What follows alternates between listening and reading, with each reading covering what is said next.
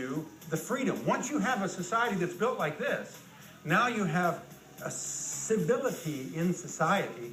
Now you can educate your children.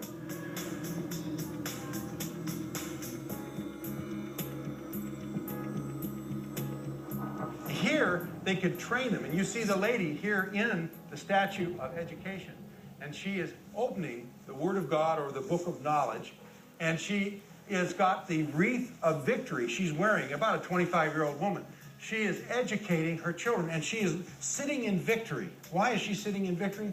Because she has trained her children up in the way they should go and prepared them so that the next generation that came after them would know the strategy of how to carry on the truth and carry on a free civilization.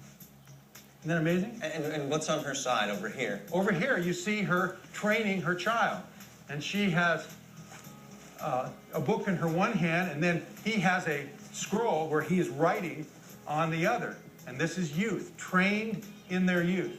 It was the parents' responsibility to educate.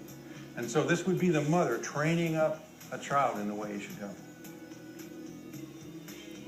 You know what I think is interesting is that they had just left England and left this top-down government system. So when they got here, their idea of education wasn't send your kids off to a government school to educate them.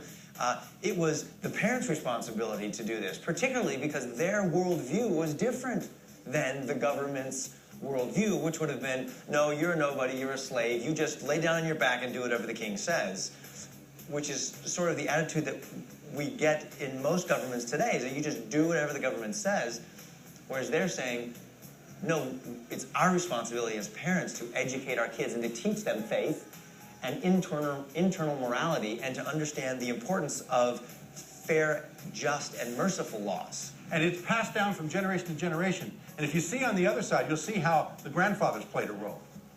For it's not just the father. Of course, the father and the mother are the key educators. But the key is the hoary heads. Those are the older ones who also have a role. Because you see the guy with the beard here, he's the old guy. And what do you see his left hand pointing to? There's a book, and it looks like we got the Ten Commandments again. 10 Commandments and an open Bible. Okay? And so he, being older and wiser, he knows the commandments, he knows the Word of God, and then he is pointing to that. And then on the other side, what do you see of him? That's the world. The world, right. So he is teaching the younger generation, both his daughter and his grandchildren, how the world works from a biblical perspective. And all of this leads to something, Kirk, and that's, you see the strategy building from the internal to the external, to the law, to education, to pass it on to the next generation. And what are they passing on? They're passing on liberty. And this is what is the result of living out that strategy. And his name is liberty.